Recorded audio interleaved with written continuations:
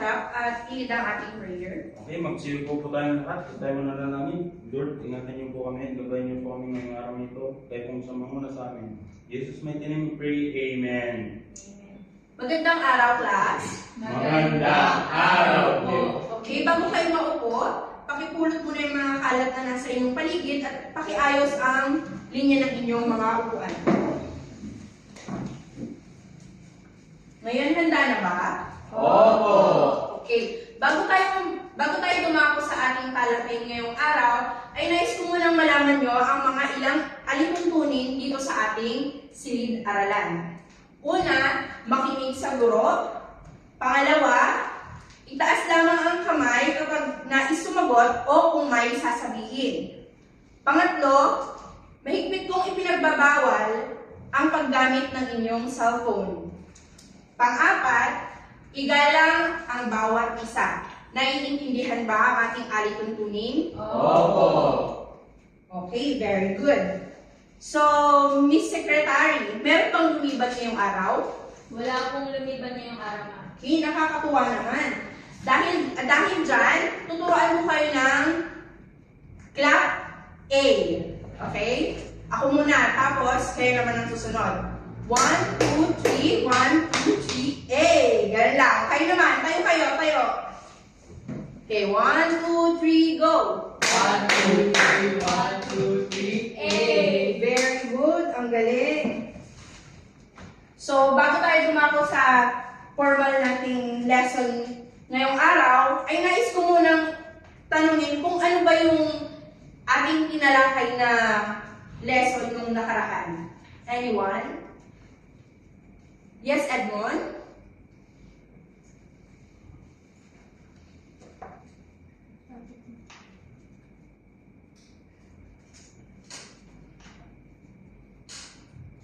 Ano yun, Edmond? Sektor ng industriya, magaling. Magbigay ng halimbawa ng sektor ng industriya. Yes, Danica? Pamimina, ma'am. Magaling. Ano pa? Yes, Victor? Pagko-construction. Okay, magaling. Tama ang lahat ng inyong sinabi.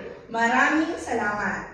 So ngayon, bago tayo dumako sa ating lesson ngayong araw, ay magkakaroon muna kayo ng activity. Handa na ba kayo? Opo. Okay. Meron akong inihandang mga larawan dito.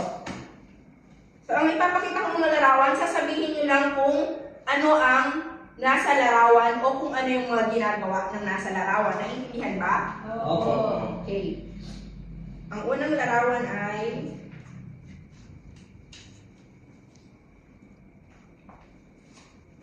yes, Edmond.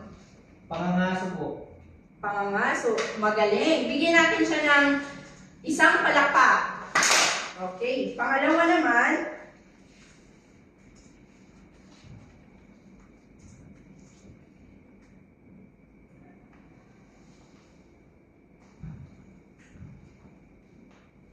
anong nakikita niyo sa larawan? Yes, Victor. Gumagawa po ng bahay at pangangaso rin po. Okay, very good. Ito naman.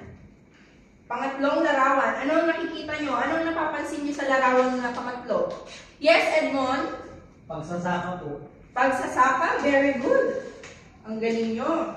Ito naman ang huling larawan. Yes, DJ? Paggawa ng armas. Very good. So, base sa apat na larawan na pinakita ko sa inyo, ano sa tingin nyo ang ating bagong tatalakayin ngayong araw?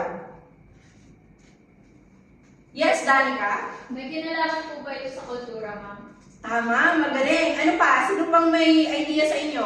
Yes, Victor? Patungkol po ba ito sa pamumuhay ng sinaunang panahon? Tama, magaling. So, ang ating topic ngayong araw na ito ay patungkol sa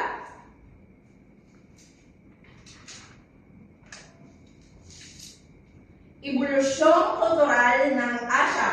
So, ano nga ba ang evolusyong kultural? Pakibasa, DJ.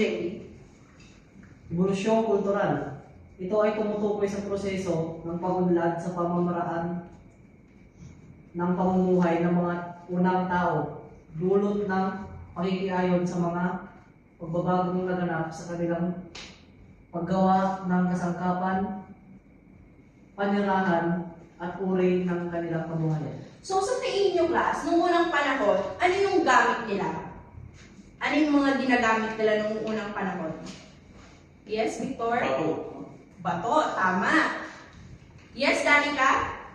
Mga kahoy at apoy, ma'am. Very good. Ang galing. So, prehistoriko, ito ay tumutukoy sa yugto ng kasaysayan na wala pang naisusulat o naitala ang mga sinuunang tao. So, nung unang panahon, wala pang pagsusulat na nangyari, kaya hindi na itala yung mga pangyayari noong unang panahon. So, meron tayo ditong 3 batayan ng mga pangyayari sa prehistoriko. Pakibasa ang una, Edmond. Artifacts o mga naiwang gamit ng mga sinaunang tao.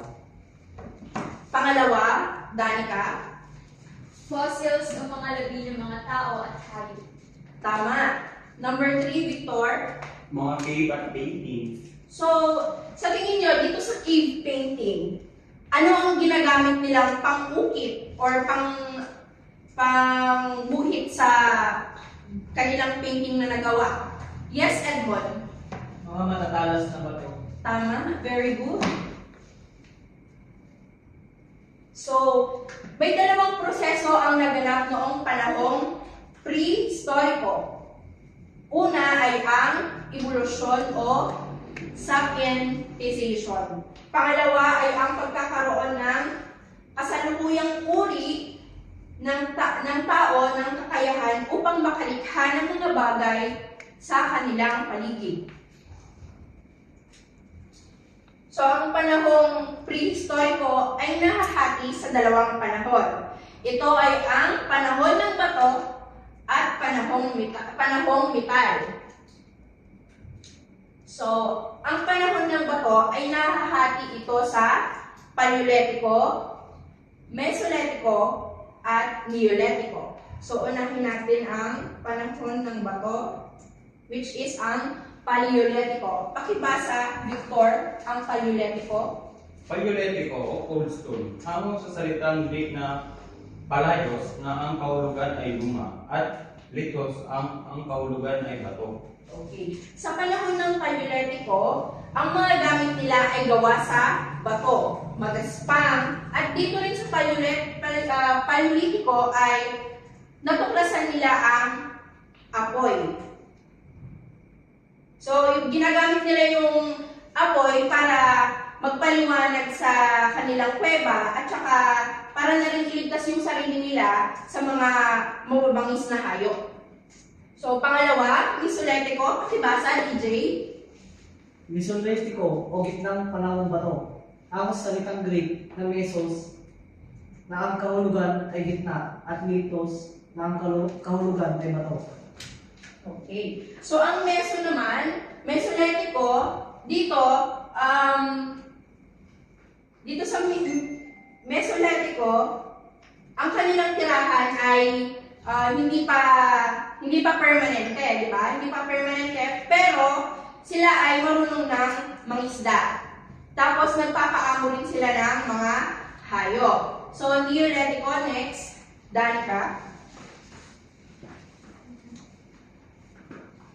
Neolitiko. Hango sa salitang Greek na neos, na ang kahulugan ay bago, at litos na ang kahulugan ay bato. So, dito sa Neolitiko, nagsimula na yung mga sinaunang tao na magtanim at mag-alaga ng mga hayop para sa kanilang pagkain. So, sa Paleolitiko, idadagdag ko lang, yung mga tao dyan noong unang panahon ay may ituturing na nomadiko or walang permanenteng tahanan. Kasi, hindi pa sila marunong magtanim niya noon.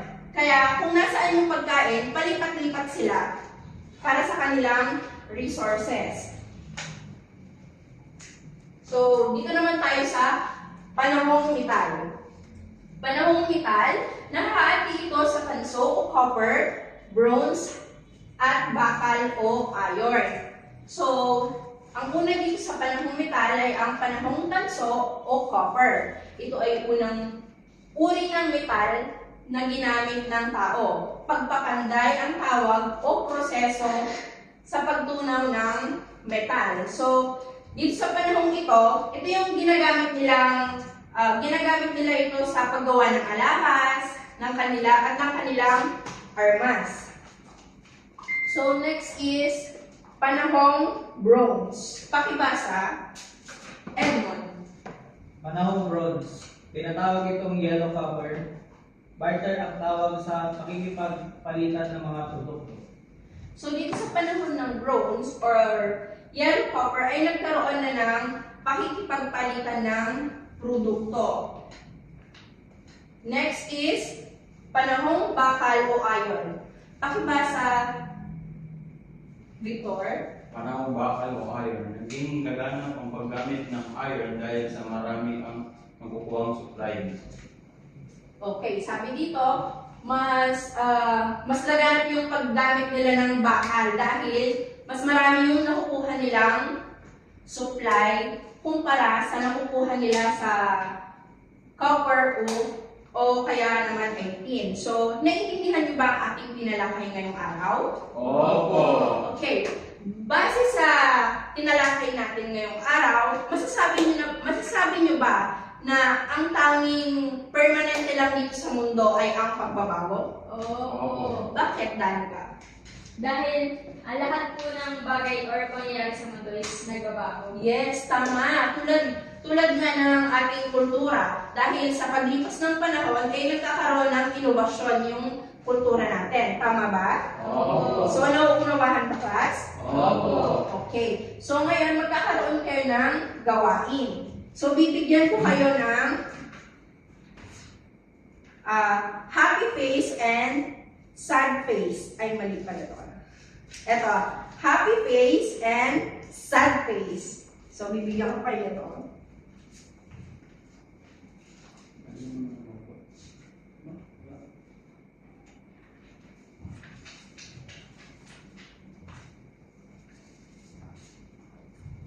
Okay.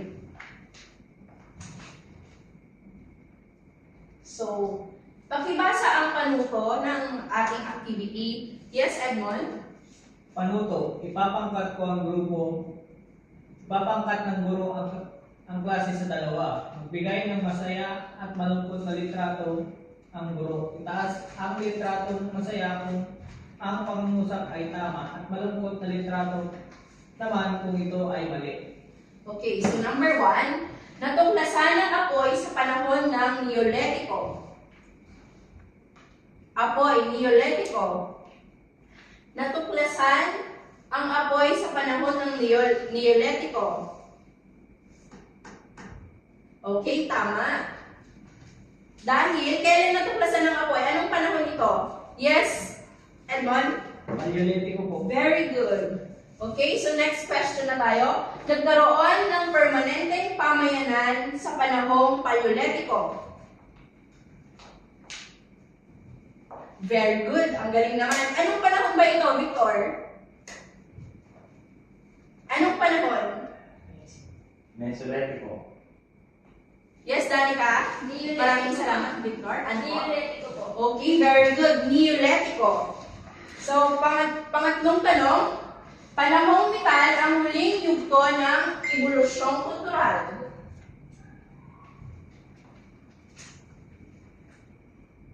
Ano yung sagot mo, Victor, talaga? Masaya? Ay, malungkot ko na. Okay, very good. Ano ang huling yugto ng ebolusyong kultural?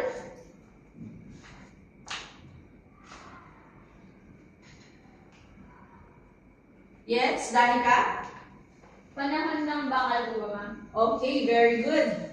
So, pang-apat, ang gamit ng mga tao sa panahong Mesolitiko ay karaniwang gawa sa tinabas o tinapyas na bato. Victor, DJ, anong sagot? Okay, si Danica at si Edmond ay tamang sagot. Bakit mali ang sagot mo, Victor? Ma'am, nagkamali po ako ng pagsasalaysay sa binasa kami. Okay. So, ang tama po ito ha, tama. Gawa siya sa hinabas o pinapyas na bato noong panahong Mesolitiko. So, dito na tayo sa last number. May ituturing na nomadic or nomadiko ang mga sinaunang tao noong panahon ng Paleolitiko. Okay, very good. So, magbibigay ako ng isa pang activity kung saan magbibigay ako ng bola sa inyo at habang tumutugtog ang musika ay kailangan pagpasapasahan nyo yung bola. At kapag huminto ang musika, kung sino man ang nakahawak nitong bola na to, ay siya ang sasagot sa aking katanungan. Maliwanag ba? Okay.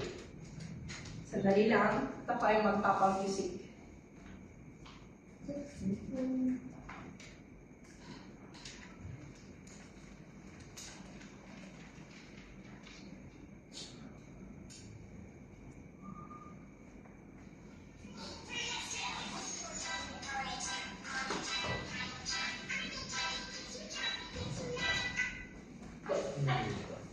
Yes, Danica. Okay.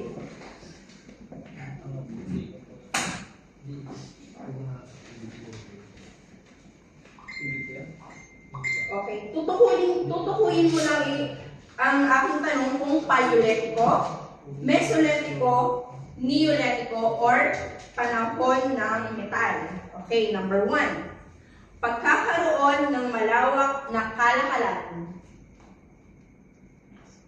Pagkakaroon ng malawak na kalakalan. Mesolitiko, ma'am.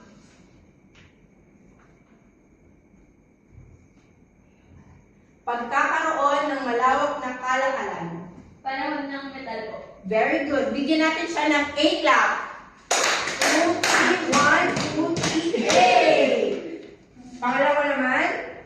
Asan ang bola? Okay, 1, 2, 3, go!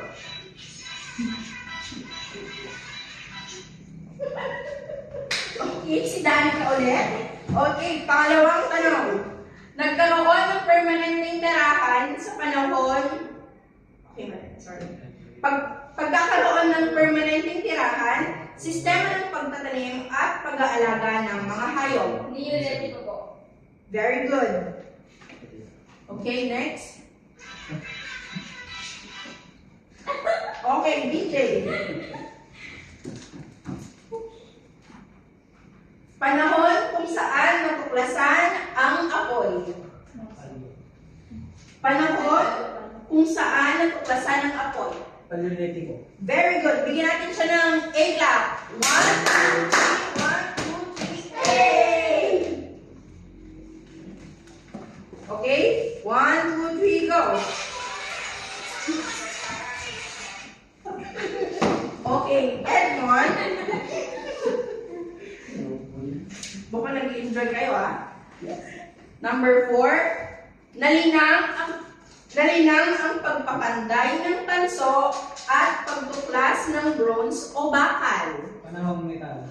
Very good. Bigyan natin siya ng 8 clap. 1, 2, 3, 1, 2, 3, 8! So, last na tanong na. Asan ang bola?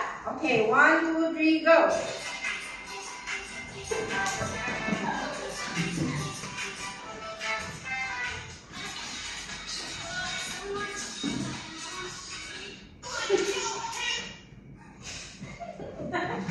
Okay, Victor, tumayo ka. Okay, para sa huling katanungan, ang pamumuhay ay maituturing na nomadiko. Anong panahon ito? Paleolitiko, Mesolitiko, Neolitiko, or panahon ng metal? Paleolitiko. Sigurado ka? Neolitiko. Sigurado ka? Mesolitiko. Yung totoong sagot, nomadiko.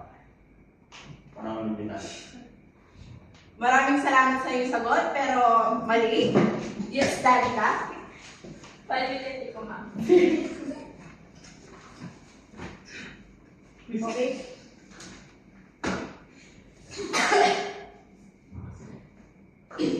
So, base sa ating tinalakan ngayon, class, kahalagahan ng ebolusyong kultural? Yes, Danica? Anong kahalagahan ng ebolusyong kultural? Mahalaga po yung evolution cultural dahil mas nag-i-improve po yung mga gamit natin or mas napapadali po yung buhay natin. Okay, very good.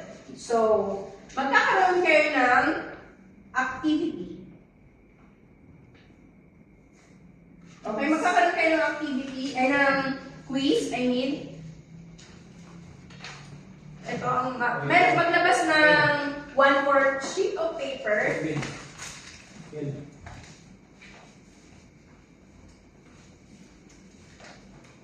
Okay.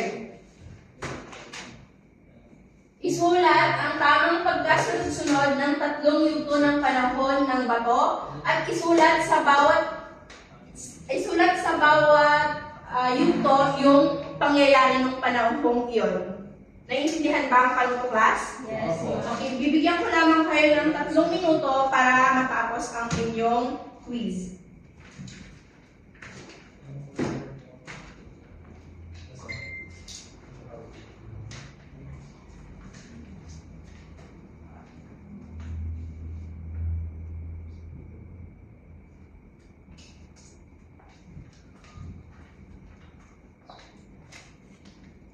Okay, tapos na ba class?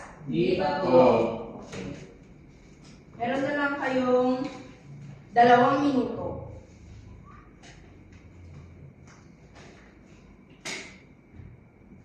Dapat magkakasunod yung 3 yugto ng panahon ng bato, ha? Hindi pwedeng bali-baliktad. Okay, tapos na ba, class? Sino nang tapos? Pakitaas ang kamay. Okay, akin ang papel, Victor. Akin ang papel. Okay. Para sa inyong takdang aralin, ay gusto kong mag-research kayo about sa World War I. Naintindihan ba? Yes. Isusulat nyo yan sa 1 whole sheet of paper na ipapasa nyo bukas. Maliwanag ba, class? Opo. Okay? Pwede bang tumayo ang lahat? Okay. Goodbye, class. Goodbye!